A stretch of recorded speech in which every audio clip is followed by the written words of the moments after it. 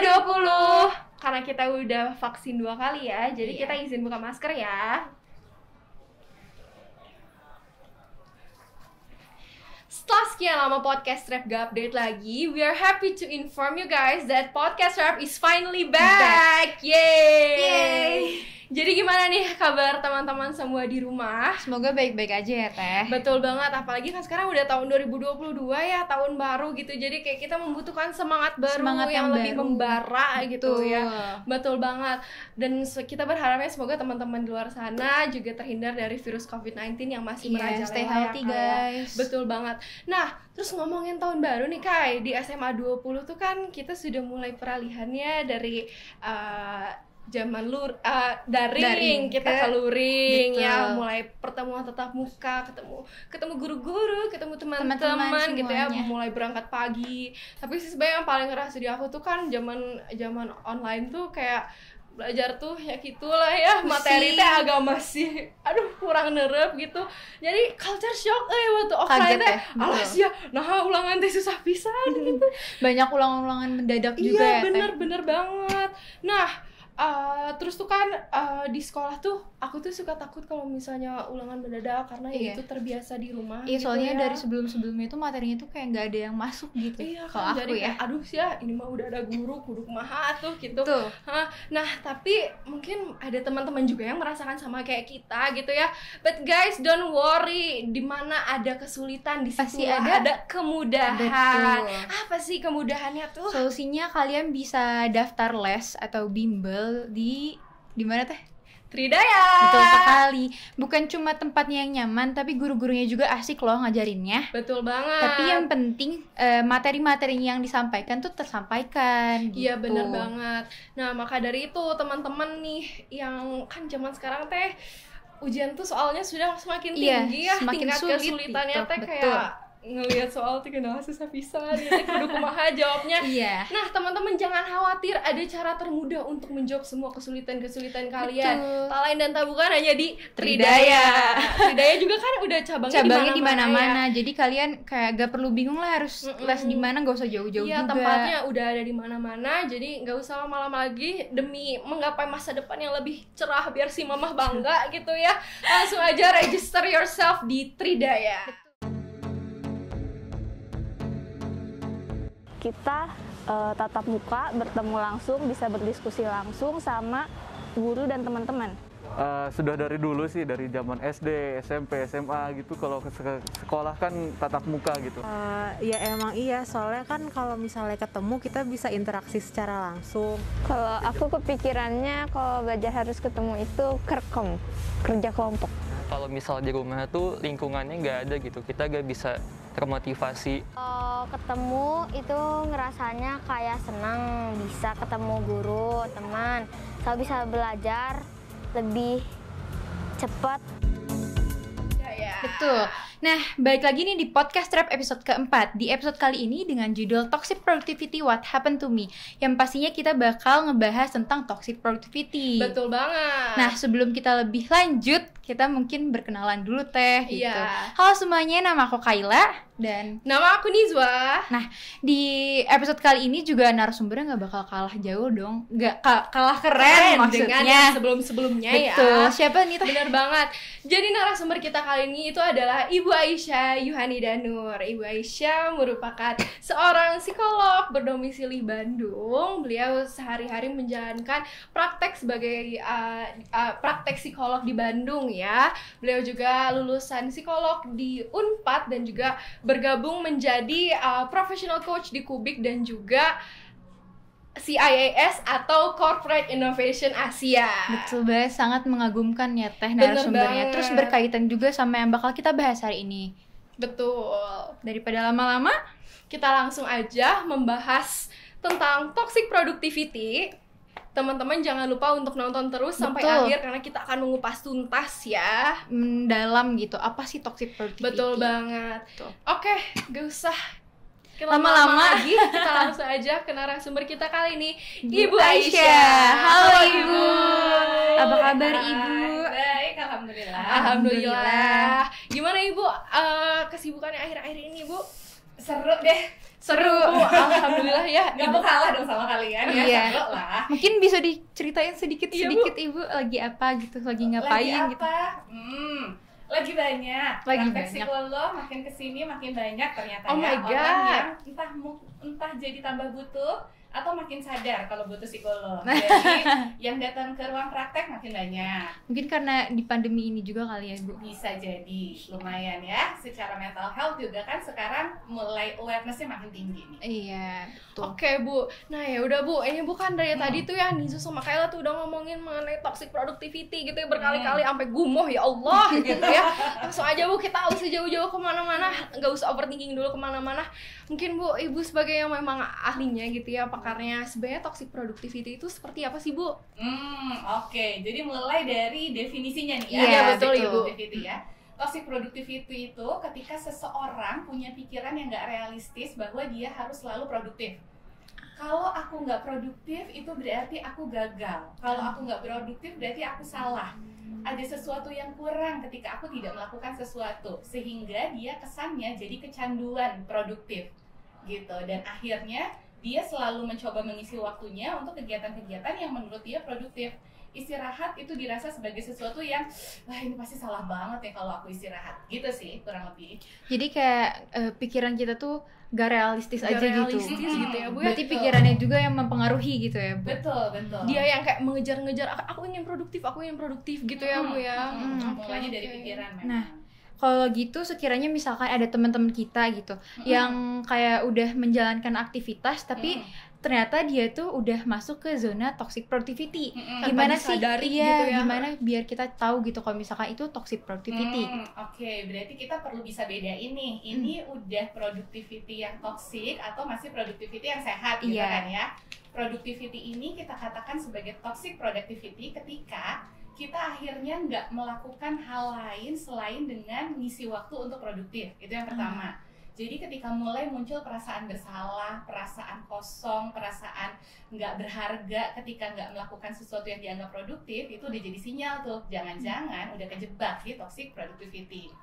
Terus orang-orang yang toxic productivity biasanya juga mikirnya tuh selalu ke sesuatu yang belum dia lakuin.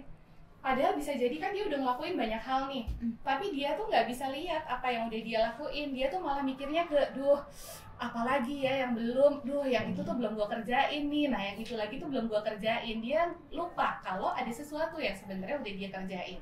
Nah kalau udah mulai muncul hal-hal kayak tadi, itu berarti bisa jadi udah mulai terjebak tuh ke toxic productivity.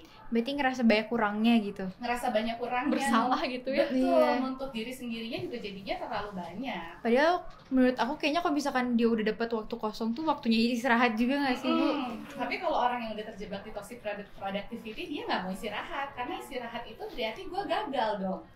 Berarti gue nggak berharga dong ketika nggak ngapa-ngapain. Gitu. Jadi it's all start from mindset ya. Yes, Iya. betul. Kebayang capek banget ya? Iya ya Allah. Nggak kayak gitu kan kalian? Enggak. Ayo agak kudu mikir dulu.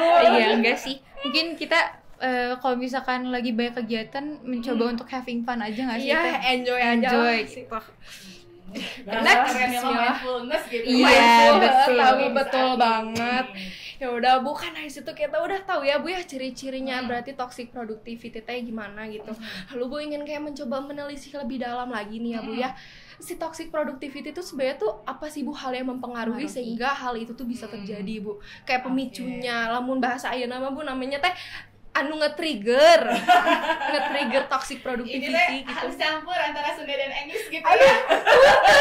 Emang ada. Jadi seru gitu, seneng deh.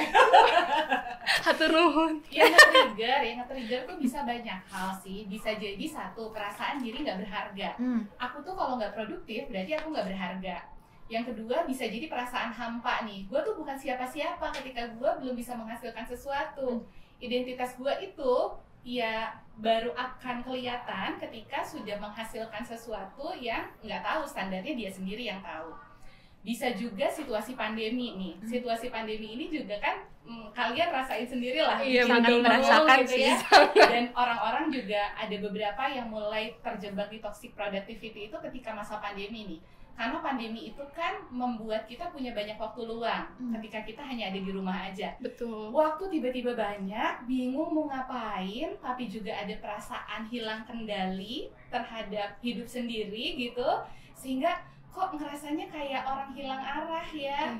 Biar bisa nggak kehilangan arah lagi, berarti aku harus lakukan sesuatu, tapi dia berpikirnya ekstrim. Jadinya saking nggak pengen kehilangan kendali, akhirnya dia mengendalikan hidupnya dengan berusaha terus produktif setiap saat. Itu bisa jadi beberapa trigger sih.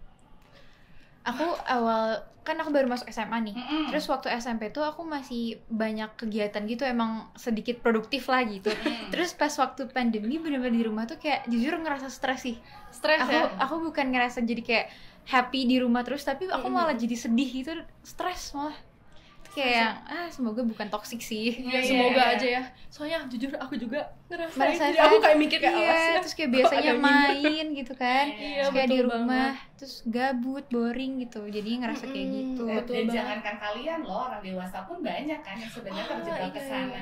Apalagi di awal-awal pandemi nih, ketika tiba-tiba banyak webinar dibuat di mana-mana gitu kan, dalam satu hari kita bisa buka 3 device sekaligus. Kok kayaknya ketika kita cuman tidur aja jadi generasi rebahan, kok yang lain-lain tuh pada di Instastory-nya gitu lagi ikut webinar apa, lagi ngapain, kok gue cuman gini-gini aja ya. Mungkin ada fear of missing out juga, FOMO ya Bu ya. Betul, yang bisa jadi salah satu trigger sehingga kita akhirnya memaksa diri untuk jangan mau kalah sama yang lain, berarti aku juga harus bisa seperti dia. Dan itu membuat kita akhirnya tadi maksa diri produktif terus-terusan. Oke. Nah Bu, di zaman sekarang kan teknologi itu udah makin canggih kan, terus terciptanya media sosial. Ada nggak sih pengaruh ke perkembangan pelajar kayak kita di masa pandemi ini khususnya? Iya Bu, apalagi tadi Ibu kan sempat menyinggung mengenai FOMO ya Bu ya, fear of missing out. Itu kan kayak sangat berkaitan Bu, apalagi pandemi gini ya. FOMO tuh jadi kayak salah satu isu yang ter-up gitu ya Bu ya. Menurut Ibu sendiri pendapatnya gimana sih Bu? Pasti ada pengaruhnya. Kenapa? Karena kita itu kan ngerespon sesuatu berdasarkan apa yang kita maknakan tentang dunia luar gitu ya. Kalau kita nggak di masa pandemi, ketika kita bergaul dengan banyak orang kan apa yang kita pahami tentang dunia luar itu bisa jadi lebih tepat karena datanya banyak. Betul. Kita bisa mengindra dengan seluruh indera kita gitu ya, semuanya tuh kelihatan. Kalau lewat media sosial kan yang kelihatan cuman yang tampil aja. Betul. Bisa jadi itu sesuatu yang dipoles. Yang cuman yang indah-indah aja yang ditampilin, yang bagian struggle-nya kan nggak orang munculin. Nggak gitu kelihatan ya. Iya benar banget gitu. Orang posting pasti masa-masa yang menyenangkannya aja seringkali gitu, atau sesuatu yang ekstrim. Itu bikin kita akhirnya jadi mempersepsi lingkungan luar sebagai kok orang lain sekeren itu ya dan secanggih itu gitu, terus aku kayak gimana, bisa jadi gitu sih. Gitu. Atau kalaupun nggak kayak gitu, digital yang sekarang lagi kencang ini bikin kita akhirnya cuman mengakses sesuatu yang sesuai dengan yang kita mau dan yang kita yakini. Gitu kan? Ketika aku sudah berminat terhadap A, maka aku pengen terus ngedalemin A dan ngebuktiin kalau A ini sesuatu yang baik dan benar misalnya. Sehingga kita jadi nggak lihat hal-hal lainnya. Maka kita ngerespon cuman berdasarkan si A ini. Nah itu bisa jadi nggak tepat. Tapi kalau kita tidak hidup hanya di sekedar dunia digital, tapi di dunia nyata tadi semua hal itu berhasil kita indra lebih banyak. Betul. Bisa merasakan juga kan yang hal-hal yang lain gitu. Betul Bu. Berarti Bu dari penjelasan Ibu tadi gitu ya. Berarti ada ya Bu ya korelasi zaman sekarang dengan tadi teknologi yang semakin canggih, terus mobilitas juga yang semakin cepat ya Bu ya. Orang kerja tak dengan banyaknya kasus toxic productivity ini. Ada, apalagi kalau di orang-orang yang kerja nih misalnya, meeting itu ketika kita WFH bisa jadi meeting yang tadinya tuh dijadwalinnya kalau lagi WFO itu kan ya jam 8 sampai jam 10, nanti ada lagi jam 10.30 gitu. Kalau sekarang kan jam 8 sampai jam 10 ada satu, 8.30 sampai jam 9 ada lagi yang kedua gitu. Oh my God, banyak yang paralel gitu, dan akhirnya itu orang ngerasa kalau aku nggak ikutin semuanya, ada sesuatu yang salah nih. Aku nggak berhasil memenuhi standar nih. Nah, kalau kalian di sekolah kayak gimana tuh? Jujur sih, kalau aku sendiri ya, Aduh, jadi pengakuan dosa. Kadang ya kelas gitunya Bu ya, webinar kadang juga atau udah ingin lihat-lihat yang lain juga ya Bu ya. Kayak gitu ya, paralel gitu sih sama kayak tadi yang Ibu bilang. Tapi mungkin karena pakai beberapa karena pakai teknologi gitu, jadi mungkin salah satu Zoom gitu. Terus waktunya itu benar-benar mepet gitu, mungkin kayak cuma di jedanya 5 menit, 10 menit gitu. Betul. Kayak gitu. Atau di sini ada sesuatu yang seru nih, masa sih aku nggak ikut itu, ini ada IG live canggih nih terkait dengan tema yang aku suka. Tapi di waktu yang sama ada lagi nih pelajaran yang harus diikutin, nggak boleh nih kehilangan salah satunya gitu ya. Iya. Betul. Padahal kita kan nggak bisa multitasking sebenarnya. Oh iya ya Bu ya. Oke.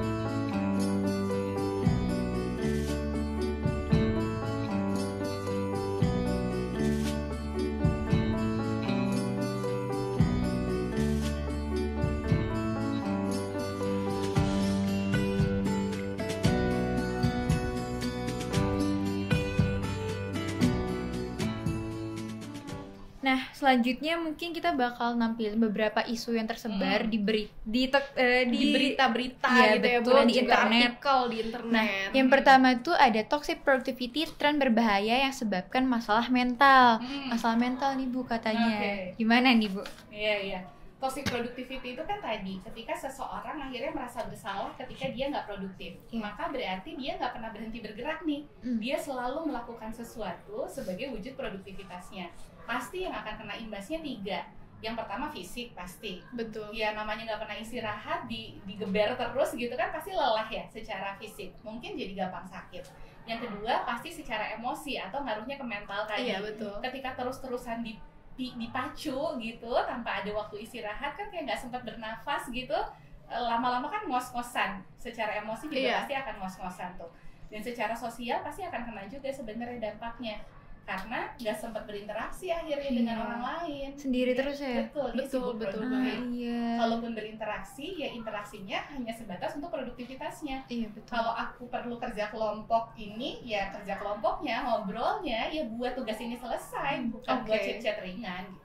Jadi karena kita sendiri di rumah tuh jadi overthinking gitu. Betul, iya benar banget. Apa ya yang kurang di aku tuh jadi ngerasa kurang terus gitu. Mungkin itu terus ya. merasa bersalah. Iya, betul. Itu adalah definisi toxic productivity kan. Agak hati-hati. Oke, apa kedepannya harus lebih hati-hati lagi nih. Gitu. Kayak ngomongin gue gitu kan. Jadi kebayangnya di dalam diri kalian itu sudah ada tuntutan gitu ke diri sendiri, belum dari luar juga kan tuntutan dari orang tua bilang kenapa sih kalian iya kayak lihat itu anak tetangga ini disuruh kayak perbandingan ya anak biasa menilasi gitu ya. Kayak Bu, kita lanjut ke isu kedua Bu, serba daring, burnout jadi musuh karyawan hingga pelajar. Nah Bu, sebenarnya dari sini tuh ini tuh kayak relate sama kita situasi kita pada saat daring ya Bu ya. Dimana waktu daring kan kayak guru-guru mungkin lebih banyak memberikan tugas karena memang kan mobilitas terbatas ya Bu ya. Cara mengajarnya hanya bisa melewati dengan memberikan tugas, tapi tugas jadi numpuknya. Iya, betul. Terus kadang kayak, kurangnya penjelasan juga sih. Iya, kurangnya penjelasan. Iya, jadi kayak banyak mungkin kayak Yenzi sendiri atau Kayla atau teman-teman sekitar mengerjakan tugas numpuk ya Bu ya, sampai menyampingkan waktu istirahatnya, begadang sampai malam. Apakah itu tuh termasuk salah satu kasus toxic productivity Bu? Yang perlu dipastikan untuk membedakan ini toxic productivity atau bukan adalah alasan kenapa itu dilakukan. Kalau alasannya karena aku tuh nggak berharga ketika aku nggak produktif, aku tuh gagal ketika aku nggak produktif, baru itu dikatakan toxic productivity. Tapi kalau ya mau nggak mau tugas tuh memang banyak banget dan itu adalah standar yang perlu diselesaikan, dan kita masih keteteran secara manajemen waktu, ya berarti itu bukan toxic productivity. Karena toxic productivity itu tadi dibilangnya it's all about mindset. Jadi mindsetnya yang membedakan. Perilaku dari luarnya bisa jadi kelihatannya sama. Ketika seseorang punya beban tugas yang banyak, yang mau nggak mau dia perlu mengalokasikan waktu lebih banyak kan buat ngerjain tugasnya. Tapi yang ngegerakin ini karena apa? Apakah dia digerakkan karena rasa neraka gitu, bahwa duh kalau aku nggak kayak gitu tuh aku gagal, aku tuh cemen, aku tuh siapalah aku gitu, berarti itu toxic productivity. Tapi kalau dia digerakkannya karena sesuatu yang ini memang tanggung jawab saya dan mau nggak mau perlu saya tuntaskan, ya itu berarti bukan toxic productivity. Tapi kalau itu bikin dia ngos-ngosan, perlu diceknya adalah manajemen waktunya udah oke atau belum. Berarti jadi berbeda ya. Iya, berarti harus kita harus bisa membedakan ya, betul. Terus waktu. Betul, manajemen waktu. Iya, betul, sangat berharga. Betul banget. Ini ada yang ketiga, hard work or overwork, battle of glorified productivity. Nah, kan ini tuh antara hard work, kerja keras, sama overwork gitu ya, kelebihan apa ya? Bekerja berlebihan. Iya, betul. Gitu. Nah, ini juga sempat jadi pembicaraan kita kayak nih. perdebatan gitu. Iya, betul. Kita kadang nggak sadar kalau misalkan itu tuh udah overwork gitu. Gimana nih Bu pendapatnya? Ngebedainnya gimana berarti ya? Kalau yang pertama terkait dengan hard work dulu nih. Kalau menurutku nggak semua hal bisa kita selesaikan dengan kerja keras. Kenapa? Karena kerja keras itu berarti kan kerja yang berkaitan dengan otot. Betul. Yang berkaitan dengan tubuh. Sementara ketika kita punya banyak pekerjaan yang perlu kita tuntaskan dalam waktu yang singkat gitu, berarti itu saatnya kita bekerja cerdas. Kerja cerdas itu berarti kita tadi cari strategi apa sih yang bikin tugas yang banyak ini bisa selesai dengan batas waktu yang aku punya. Karena kalau misalnya kerja keras, beban kerjanya 10, tenagaku 10, ya udah aku tinggal lakuin ini aja seimbang. Nanti beban tugasnya 15, aku kerja kerasnya senilai 15, masih bisa dikejar. Tapi ketika batasan energiku itu 15, sementara beban tugasnya itu jadi 100 gitu, kan ini udah nggak bisa lagi kerja keras, saatnya kita kerja cerdas. Jadi aku bahas dulu terkait dengan hard work nih. Kalau bedanya hard work sama overwork apa? Overwork itu lagi-lagi perasaan ketika kalau aku mengerjakan sesuatu itu hanya sebatas sesuai dengan standar yang diharapkan, berarti itu tuh masih salah. Aku perlu mengeluarkan effort lebih untuk memastikan aku tuh sudah merasa puas, gitu. Jadi balik lagi munculnya dari pikiran lagi nih. Tapi kalau toxic productivity itu lebih ke perasaan gagal, perasaan bersalah ketika nggak produktif. Kalau overwork itu perasaan nggak nyaman ketika belum melakukan sesuatu melebihi yang seharusnya. Dan ini jadi over ketika itu dilakukan di semua aspek, bukan cuma di aspek-aspek tertentu aja gitu. Dan itu memberatkan karena dia nggak menambahkan kerja cerdasnya ya. Pentingnya strategi ya, betul. Berarti ya. Gak cuma hanya bekerja keras, kita harus bekerja pintar. Cerdas. Betul banget ya. Nah, dari sini aku sendiri pengen tahu nih, ada nggak sih dampak yang ditimbulin dari toxic productivity? Nah, kita balik lagi ke toxic productivity. Ada pasti. Tadi pernah aku singgung juga tuh secara selewat ya. Yang pertama pasti secara fisik. Betul. Karena dia sama sekali nggak sempat istirahat. Padahal badan kita ini kalau kita ibaratin baterai deh, baterai itu kan butuh dicas. Baru dia bisa berfungsi lagi secara optimal. Kalau ini tuh dia digeber terus-terusan, nggak sempat untuk ngecas diri, ya akhirnya lama-lama energinya jadi low dan mungkin bisa jadi sakit.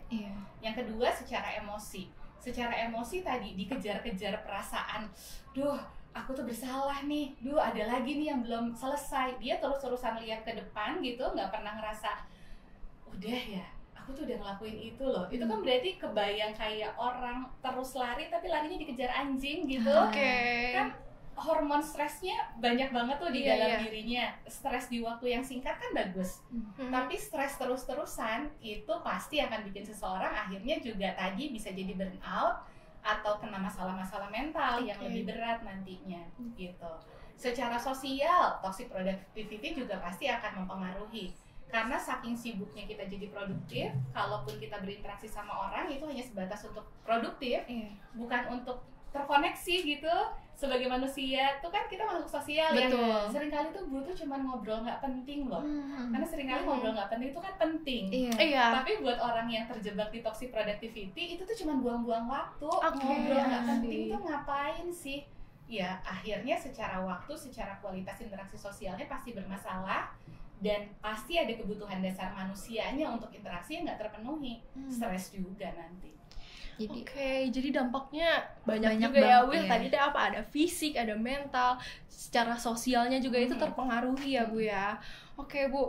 Nah, Bu, satu hal lagi nih yang Nizo ingin tahu gitu ya, Bu ya. Tadi juga kan, udah nyebutin ciri-ciri toxic productivity kan. Teman-teman juga udah tahu tadi, siapa tahu jadi kayak lebih aware nih, kayak aku toxic productivity atau enggak. Pertanyaan terakhir, Bu.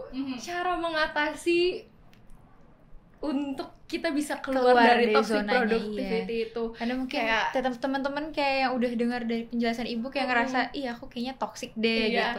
Terus gimana cara untuk kita keluar dari zona itu, Bu? Yang pertama perlu disadari adalah sadar dulu ini udah mulai terjebak ke toxic productivity atau belum. Karena kalau kita nggak sadar, kita masih denial misalnya, kita nggak akan bisa ngelola tuh. Kan manusia itu cuman bisa mengelola sesuatu yang dia sadari. Jadi sadar dulu nih kalau jangan-jangan gue udah mulai terjebak nih di toxic productivity. Itu yang pertama. Yang kedua berarti tingkatkan keterampilan manajemen waktu dan menyengaja masukin hal-hal yang nggak penting di jadwal. Kan kita merasa bersalah ketika nggak produktif. Maka ya udah di jadwal itu kita masukin sesuatu yang menurut kita tadinya itu nggak produktif, tapi kita tahu itu penting dan kita komit untuk menjalankan si jadwal itu. Termasuk jadwal tidur, jadwal leyeh-leyeh, jadwal Netflix kan gitu ya. Jadwal lihat IG ya udah dibikin jadwalnya aja sehingga kita tidak lagi merasa bersalah ketika melakukan semua yang nggak penting itu, karena itu udah ada di jadwal kita. Nah gitu. Mungkin kayak hal-hal yang tadi awal nggak penting itu jadi penting asal kita tahu waktu gitu. Betul. Jadi yang pertama itu sadari dulu ya, Bu ya. Benar banget. Semoga teman-teman abis nonton ini jadi sadar ya, jadi lebih kenal tentang toxic productivity. Kalau udah ngerasa kayak tadi yang dijelasin sama Ibu mungkin bisa didengerin juga solusi dari didengerin juga, atau mungkin kalau misalnya mau langsung ketemu Ibu langsung ketemu langsung konsultasi dah. Betul. Tapi kalian juga perlu tahu tujuan ya, maksudnya dalam hidup ini tuh tujuan gue tuh apa ya? Apa sih yang pengen berhasil gue capai di semester ini atau di kelas ini? Ya, itu juga harus punya dulu. Sehingga nanti jadi tahu arahnya harus kemana. Gak sia-sia gitu. Gak sia-sia dan gak fear of missing out. Karena kita bisa ngebedain, ya itu menarik sih, tapi kan enggak, itu tuh bukan buat gue karena gak sejalan. Iya. Kita tahu apa yang dijalanin ya Teh. Destinasinya kita tuh mau kemana gitu, biar kita tahu arahnya kemana ya, Bu ya. Enggak jadi kemana-mana. Jadi kayak agak kesini deh bagus kayaknya, kita jalan-jalan. Tapi harus sesuai dengan tracknya ya, Bu ya. Terus kita juga harus mungkin tahu batasan kita tuh di mana gitu. Iya, benar banget. Biar nggak maksain diri gitu. Penting banget tuh, karena setiap kita kan punya ritme fisik yang beda ya. Betul. Ada orang-orang yang kita tahu dia tuh bisa, kebutuhan dia tuh memang tidur tuh 3 jam tuh cukup gitu. Tapi aku tuh enggak deh, sedipaksa-paksanya tuh 6 jam deh minimal. Itu tuh harus dipenuhi, kalau enggak tuh berasa kayak zombie gitu ya. Pagi-pagi tuh nggak napak. Kan setiap kita tuh beda-beda. Ada orang yang dia akan sangat bisa produktif atau fokus itu di pagi hari. Ada yang dini hari, ada yang siang gitu. Nah itu juga pengenalan kita tentang diri sendiri, ritme biologis kita itu juga harus kita ketahui sih. To know yourself ya. You have to know yourself, teman-teman. Luar biasa sekali ya Teh pembicaraan kita kali betul. ini. Terus Mantap kayak yang banget.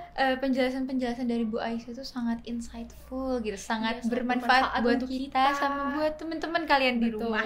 Betul Gitu. banget. Jadi ngebikin kita lebih aware juga sih. Iya harus lebih aware ya, kan tujuan dari sini teh biar kita tuh lebih aware Iya, guys. biar lebih tahu juga. Benar banget tuh. Aku juga sendiri sih jadi kayak lebih tahu ya Bu ya mengenai toxic productivity. Jadi mah aku mah berharapnya semoga dari sini teh aku teh nggak bakal terjebak lagi gitu Bu di zona toxic productivity, kan sayang banget ya. Amin. Betul Tapi banget. ekstrimnya bukan toxic productivity itu kan bukan nggak produktif ya. Iya, betul. Tapi productivity yang sehat. Betul Iya, banget. Juga untuk teman-teman podcast trap di rumah, kita harap semoga kalian bisa terus produktif Tapi tidak toksik, tapi tidak toksik. Jadi produktivitas yang lebih sehat, yang healthy. Betul banget. Tuh. Gak kerasa nih Bu, Teh kita udah ada di penghujung pembicaraan.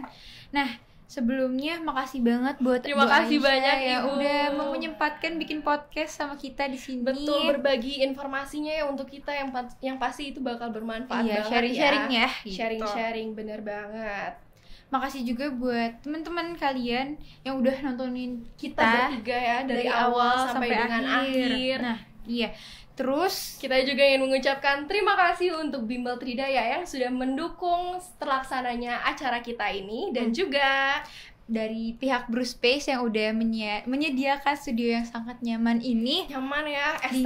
estetik. Dinginnya tuh Nyaman. bikin nyaman, bikin overthinking. Aduh, kok gitu sih, bisa aja loh. Terus di Bruce Space ini juga bukan cuma nyediain studio kayak gini loh, Teh. Betul, ada juga meeting movie- room iya, ya, meeting room dan juga ada apa? movie room. Movie room. Nah, Wah, luar movie biasa. roomnya tuh buat Netflix and chill, mungkin bisa Mau bawa teman-teman, refreshing iya, ya, mau teman-teman healing, keluarganya. cenah mah. Nah, bisa pilih paket juga buat dapetin makanan sama minumannya. Betul. Terus udah disediain ada Android TV, soundbar, Netflix and Disney Plus, terus ada beanbag, table charger station, dan private room. Terus buat info lebih lanjut bisa dicek ke @BruceSpace.id. Di Ya, Instagramnya betul. kepoin aja teman-teman.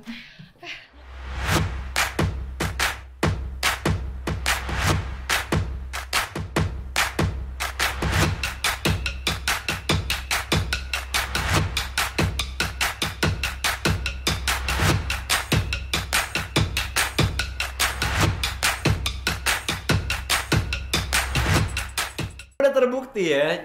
Padahal show kesana kesini tapi viralnya di lorong. Jadi sekarang nih ya, sekarang kita tembak nih. Widih, KPG. Luar biasa ya. Luar biasa sekali, Oke. Teh. Gitu. Nah, Jangan lupa juga untuk teman-teman semua untuk selalu nonton our next episode of Podcast Rap. Tak lain dan tak bukan hanya di YouTube 20 History. Aware your activity. love your personality. Aku Nizwa. Aku Kaila. Pamit undur diri. Bye.